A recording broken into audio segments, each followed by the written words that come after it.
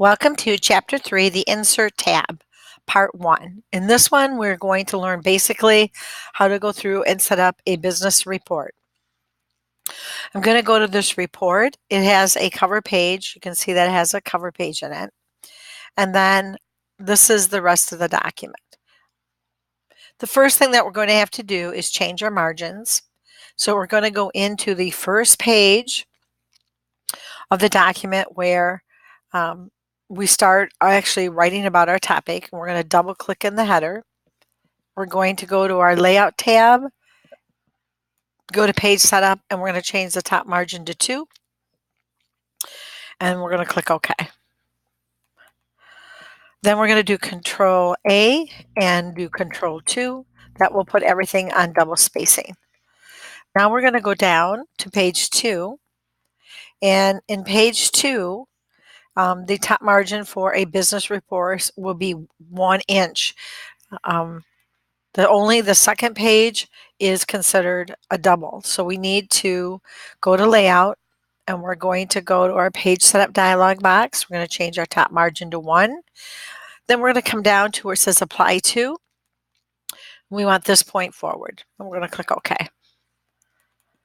So now when I click off, I have now got a 2-inch top margin here on the first page, which is good. If I click in there, I'm going to see that up here in the corner I have a 2. And then if I scroll down to the second page, I'm going to see that I have a 1-inch top margin. Now that we've got that set up, the next thing we're going to do is we're going to go through and we're going to get rid of all of these hard returns. In a document that has double spacing, these extra paragraph markers are not needed, so we need to take those out. The only thing that you have to watch for is that after you remove them, to make sure that it doesn't go on single spacing. For example, if I click here, you notice there is no spacing. I'm going to do Control Z. So I'm going to keep that paragraph marker in there. But I want to make sure there's always a space between my lines. So I'm going through and I'm taking out all of these paragraph markers. I'm also going to take out that page break because I don't need it.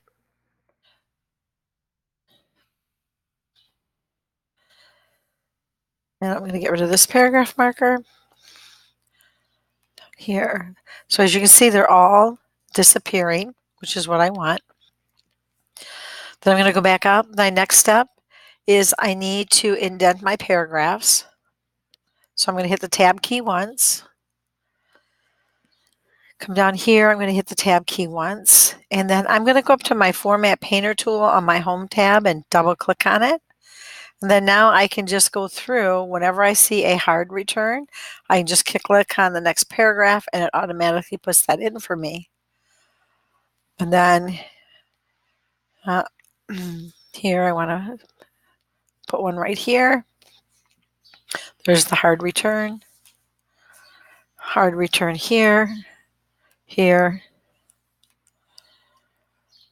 here, and here. I'm going to hit escape. My next step is to now add my headings. So my name of my document is going to be a title, and I'm going to center it. I'm also going to have to modify that because I need spacing after. So I'm going to come down to Format, go to my paragraph, and I want 12 before and I want 12 after. I'm going to click OK. OK, and now I have my spacing after.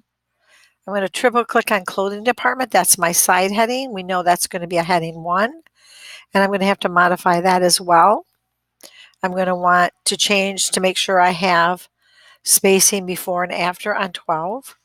Click OK. And OK. And then now I have that. I'm going to use my Format Painter tool. And I'm going to be looking for my side headings.